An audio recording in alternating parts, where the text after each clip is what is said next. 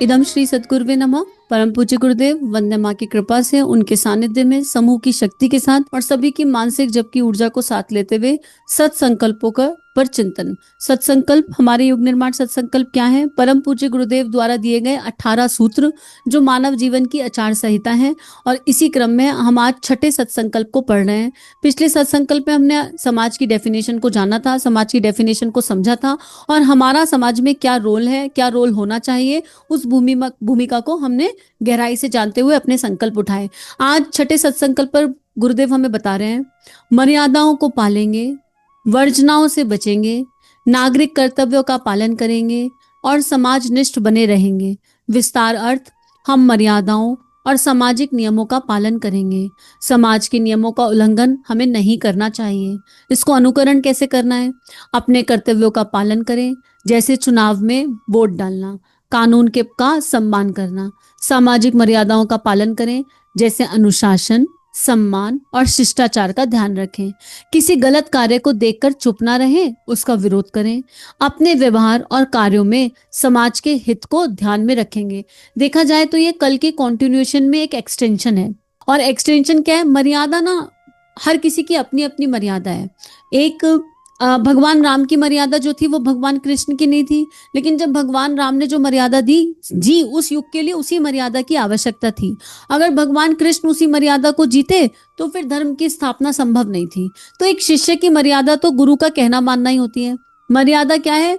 मन को भगवान को अर्पित समर्पित कर देना, भगवान की यादों में डुबो देना और फिर भगवान के कहे अनुसार चलना। तो एक गृहिणी की मर्यादा क्या है? हो सकता है कि 4 घर में 4 लेडीज हों, लेकिन और चारों की परिस्थितियां बाहर से एक सी दिखाई देती हों, लेकिन फिर भी हो सकता है उनकी मर्यादाओं की जो सीमा है वो अलग अलग होती हो। तो हमको ये देखना है कि हम कौन से रोल में हैं। अगर मैं एक स्टूडेंट हूं तो मेरी लिमिटेशंस क्या है, और हमारी मर्यादाएं इतनी कठोर नहीं होनी चाहिए जो दूसरे को तकलीफ दे, और हम इतने कैजुअल भी नहीं होने चाहिए जो हम जो मन में आए वो कर रहे हैं। जैसे सड़क पर जा रहे हैं तो सड़क पर कचरा फेंक दिया। कई बार ऐसा होता है कि हम गाड़ियों से अपनी ट्रैवल कर रहे होते हैं और मूंगफली खा रहे हैं, केला खा रहे हैं, कुछ भी खा रहे हैं, और गाड़ी का शीशा खोला और छिलका बाहर। ये अनुचित है। हमने अपनी गाड़ी की तो सफाई कर ली, हमने अपनी गाड़ी की क्लीननेस तो मेंटेन कर ली, पर हमने समाज के बारे में नहीं सोचा। तो हमको ये देखना होगा कि हम कब किस रोल में हैं और उस रोल में हमारी मर्यादा क्या है। If I am a teacher तो मेरी मर्यादा क्या है, स्कूल में मुझे कैसे बिहेव करना है, मेरा रहन सहन कैसा होना चाहिए। अगर मैं एक एम्प्लॉय हूँ ऑफिस का तो मेरी मर्यादा क्या है। तो हमें दैहिक मर्यादाएं तो समझ में आती हैं। ऑफिस में कोई चिल्लाएगा नहीं अपने बॉस के ऊपर, लेकिन वही इंसान जो ऑफिस में बिल्कुल नहीं चिल्लाता है अपने बॉस पर, वो घर आके अपनी मर्यादा छोड़ देता है और कई बार अपनी पत्नी पर हाथ भी उठा देता है। तो घर में क्या एक पति की कोई मर्यादा नहीं है? क्या उसको नहीं समझना चाहिए कि मेरी मर्यादा क्या है? एक लेडी अपने बाहर जब अपने सर्किल में जाएगी तो एकदम टिप टॉप रहेगी, अच्छे से रहेगी, सबसे बहुत मीठी मीठी बात करेगी, अच्छे से बात करेगी। वहीं घर आएगी तो अपनी सास को 2 गाली दे देगी, सास की चार चुगली कर लेगी। तो क्या उसने अपनी मर्यादा नहीं छोड़ दी? इंसान एक ही है, लेकिन इंसान एक चोला पहन करके बैठ गया है, एक मिथ्या चोला। तो हम अपने अंदर की सच्चाई को जाने, अपने भीतर अपनी अंतरात्मा को देखें, जाने, पहचाने, समझें और उसके अनुसार जीवन जिएं। और कोई किसी को किसी की मर्यादा नहीं समझा सकता, और बाकी तो शास्त्रों की मर्यादा ही एकमात्र मर्यादा है। महर्षि पतंजलि ने अष्टांग योग में इस मर्यादा को खूबसूरती से समझाया है कि हर इंसान को आसन, प्राणायाम, ध्यान, धारणा, समाधि, प्रत्याहार ये सब फॉलो करना है। अगर मुझे मानव देह मिला है तो ओवर ईटिंग नहीं करनी भाई। ये मर्यादा है कि मुझे क्या खाना है, कब खाना है, कितना खाना है। तो हर सीमा क्षेत्र में, हर लाइन में एक मर्यादा आती है। प्रेम की भी एक अकेली प्रेम एक ऐसी एनर्जी है जिसकी कोई मर्यादा नहीं है। माँ मीरा के कृष्ण के प्रति प्रेम की कोई मर्यादा नहीं थी, माँ ने उस प्रेम को जी करके दिखाया। तो या तो हम उस अवस्था पर चले जाएं, लेकिन मैक्सिमम टाइम क्योंकि हम उस अवस्था पर नहीं है तो हमें शास्त्रों की मर्यादा को जीना है, और शास्त्रों की मर्यादा को जीने के लिए शास्त्र पढ़ने पड़ेंगे। वो तो हम पढ़ते नहीं। चाहे हम रोज एक पेज पढ़ें श्री रामचरितमानस का, चाहे रोज एक ही श्लोक का अर्थ पढ़ें, श्रीमद् भगवद गीता का पढ़ें, नहीं तो फिर परम पूज्य गुरुदेव की लेखनी सारे शास्त्रों का ट्रांसलेशन है। हम रोज उनकी लेखनी के 2 पन्ने पढ़ें या सुने, पर हम अपने आप को जोड़ कर रखें ताकि हम मर्यादाओं को जानें। उसके बाद गुरुदेव कह रहे हैं कि कर्तव्यों का पालन। हर इंसान, मैक्सिमम मेजॉरिटी, कर्तव्यों को भूलकर अधिकारों की डिमांड करने लगी, क्योंकि हम अपने कर्तव्यों को भूल गए और केवल अधिकार मांग रहे हैं। हर कोई अपना अधिकार मान रहा है। मी एज अ वाइफ, मेरा अधिकार क्या है? मुझे सास से क्या मिलना चाहिए, ससुर से क्या मिलना चाहिए, पति से क्या मिलना चाहिए, नंद से क्या मिलना चाहिए, मुझे पूरी लिस्ट पता है।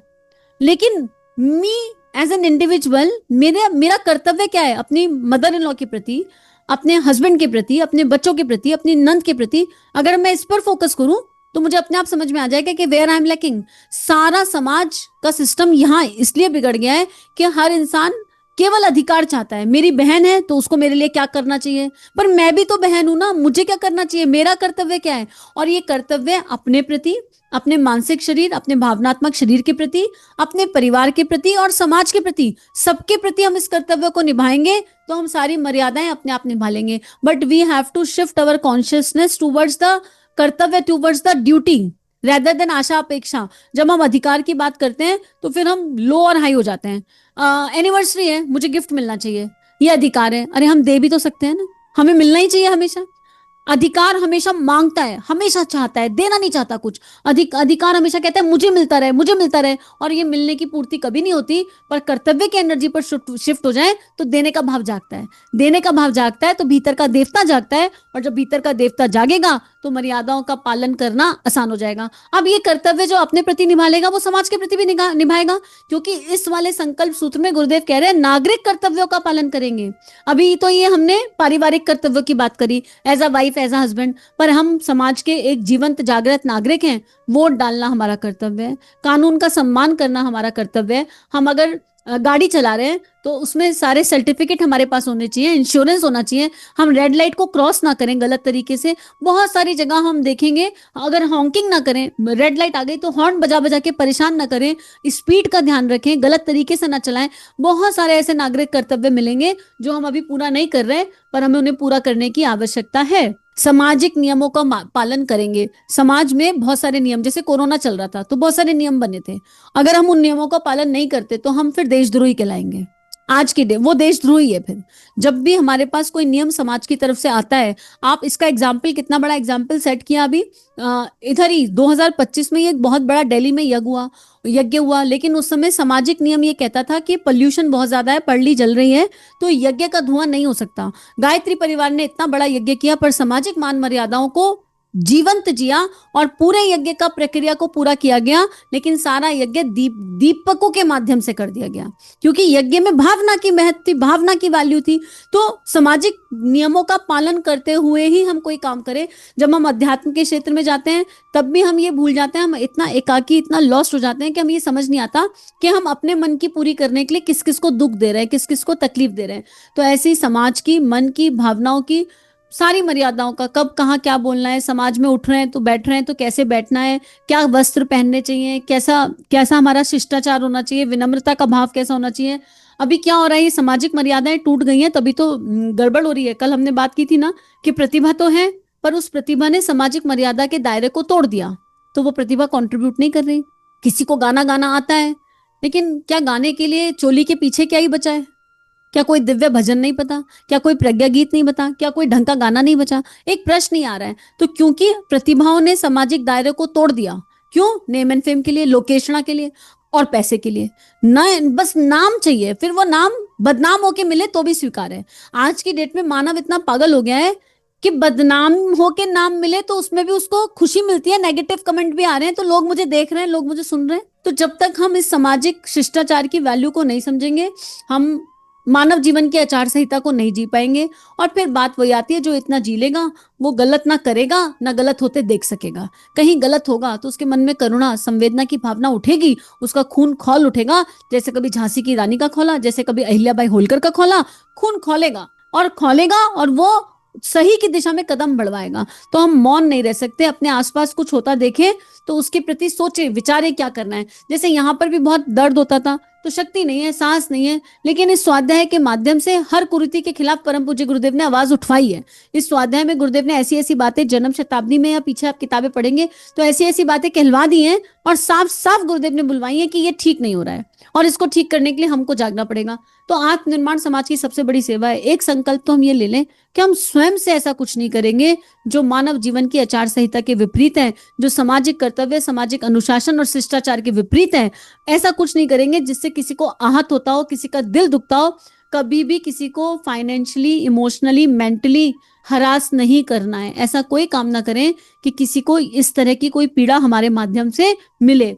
अपने व्यवहार और कार्यों में समाज के हित का ध्यान रखेंगे। फॉर एग्जाम्पल, मेरे घर में पार्टी है और मुझे लाउड म्यूजिक सुनना पसंद है, लेकिन मेरे आसपास 10th के एग्जाम चल रहे हैं, बच्चों के बोर्ड के एग्जाम चल रहे हैं और हमने चला लिया फुल पे म्यूजिक, तो मेरी आजादी किसी की शांति में खलल बन रही है अगर, तो वो आजादी आजादी नहीं कहलाती है, वो ठीक बात नहीं है, वो उचित बात नहीं है। हमें वहां पर विचार करना होगा कि भाई और अब तो गवर्नमेंट रूल भी है, पर हाई म्यूजिक कहाँ तक सुनना है, कितना सुनना है, ये केवल एग्जाम्पल है, पर ऐसे कई सारे एग्जाम्पल हमें मिल जाएंगे। हमारे घर में शादी है, अच्छी बात है, हम शादी करेंगे, हम दिन में शादी नहीं करेंगे, क्यों? हमको शान और शौकत चाहिए, हम ठीक नहीं कर रहे समाज के साथ, पंच तत्वों के साथ। उसमें जब हम रात की शादी करते हैं तो लाइटिंग ज्यादा लगती है, पंच तत्वों का नुकसान बहुत ज्यादा होता है, पोल्यूशन होता है क्योंकि जनरेटर्स चलते हैं, यानी क्या क्या होता है। तो ये सब हमको विचार करना, और पैसा भी वेस्ट होता है, इस पैसे पर हमारा अधिकार नहीं है। परम पूज्य गुरुदेव ने लिखा है कि श्री श्री शक्ति बनेगा, पैसा एक ऐसी एनर्जी होगी जो मध्य में रखा होगा, सेंटर में, और जिसको जरूरत होगी ना जेन्युइनली उसके पास पहुंच जाएगा। तो अगर हम इस पैसे को इस तरह बर्बाद करेंगे तो फिर हमें आने वाले समय में पता चलेगा। एक जगह गुरुदेव ये भी लिख कर गए कि इस जन्म जिनके पास वैभव है, ऐश्वर्य है, लेकिन वो उसका मिसयूज कर रहे हैं, उसको सही तरीके से खर्च नहीं कर रहे हैं, तो उन्होंने पिछले जन्मों का सारा हिसाब किताब बिगाड़ कर लिया अपना, और आने वाले जन्मों में उनको समझ में आएगा, उनको हमें याद तो नहीं रहेगा, पर आने वाले जन्मों में उनको ये श्री की शक्ति कभी नहीं नसीब होगी, मिलेगी नहीं। तो बहुत गहरे पॉइंटर्स हैं, जितना ज्यादा चिंतन करेंगे उतना ज्यादा समझेंगे, और जब हम रोज पढ़ेंगे ना, इसको रोज पढ़ेंगे, तो लिटरली कुछ तो अंदर जाएगा और मन में वो हलचल होकर के रहेगी कि अब नेक्स्ट व्हाट, अब नेक्स्ट क्या। तो इसी को स्लाइड के माध्यम से देख लेते हैं। स्लाइड के माध्यम से देखेंगे तो हमें याद रहेगा, रिमाइंडर रहेगा। इस स्लाइड को आप सहजता से स्वयं भी पढ़ सकते हैं। कम्युनिटी पोस्ट पे आपको ये सारे स्लाइड्स मिल जाएंगे, एक एक स्लाइड कम्युनिटी पोस्ट पर है, और युग निर्माण सत्संकल्प के यूट्यूब शॉर्ट्स हैं, उनमें भी इन स्लाइड्स को डाला गया है, क्लियरली डाला गया है। मर्यादा, मर्यादा की एनर्जी में क्या आता है? मातृत्व ऊर्जा, यंत्र ऊर्जा और देवत्व की ऊर्जा। माँ से मातृत्व, या से यंत्र और दा से देवत्व।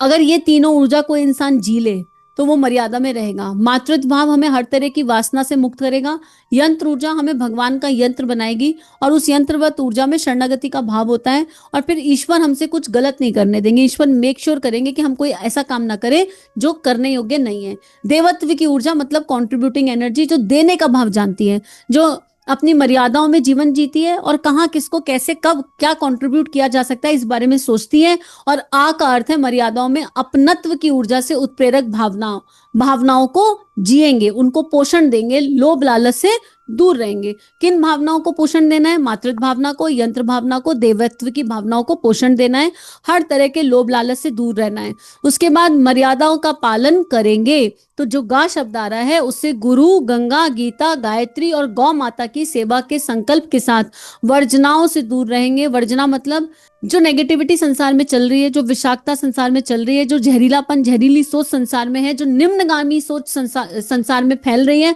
हम इस निम्नगामी सोच का हिस्सा नहीं बनेंगे। हमारे अंदर जितने भी अनावश्यक संस्कार हैं उनको देखेंगे, जानेंगे, परखेंगे, और फिर उनसे बाहर आने का पूर्ण प्रयास करेंगे। नागरिक कर्तव्यों का पालन वही कर सकता है जो निष्ठावान हो, जो नैतिक हो, और जो आत्मवत सर्वभूतेषु के भाव से जीवन जीने की कोशिश करता हो, जो वसुदैव कुटुंबकम की ऊर्जा को समझता हो, जो आत्मा अरे ज्ञातव्य के ज्ञान को समझता हो। और नागरिक कर्तव्य को वही जी सकता है जो गायत्री रूपी ईश्वर के प्राणिधान में जीवन जिए। इस सब को जीने के लिए गायत्री मंत्र मैंडेटरी है। गायत्री मंत्र प्रज्ञा का मंत्र है, ऋतंभरा का मंत्र है, आत्मिक बल का मंत्र है, ब्रह्म बल का मंत्र है, और एकाकी मंत्र नहीं है, समूह की शक्ति के लिए प्रार्थना करता हुआ मंत्र है।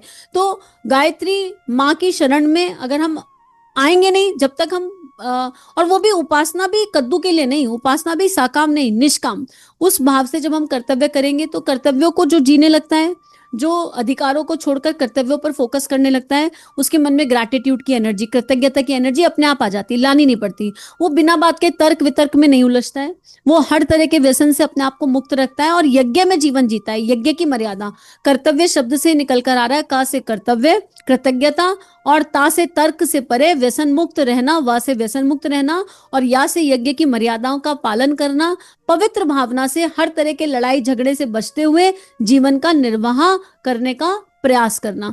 समाजनिष्ठ, जब समाज की बात आती है तो सा से सनातन, और सनातन धर्म ही भारतीय धर्म है, सनातन धर्म ही अखंड भारत का निर्माण करेगा, क्योंकि सनातन का अर्थ होता है शाश्वत, उसे बदला नहीं जा सकता। सनातन धर्म ऐसा है जहाँ नदियों की पूजा की जाती है, पेड़ों की पूजा की जाती है। ये नदियों की पूजा, पेड़ों की पूजा, सूर्य को अर्घ देना, यही तो पंच तत्वों का सम्मान है। तो हम सनातन धर्म का मान करेंगे, निष्ठा से ठहराव के साथ जीवन जिएंगे और लगातार नव निर्माण में लगे रहेंगे। नव निर्माण कैसे होगा? व्यक्ति के निर्माण से। माँ का मस्तक ऊंचा होगा त्याग और बलिदान से। तो इस नव निर्माण की ऊर्जा को अगर जीना है तो अपना निर्माण सतत करना होगा, बार बार करना होगा, हर पल करना होगा। और इसी को गुरुदेव ने साधना कहा।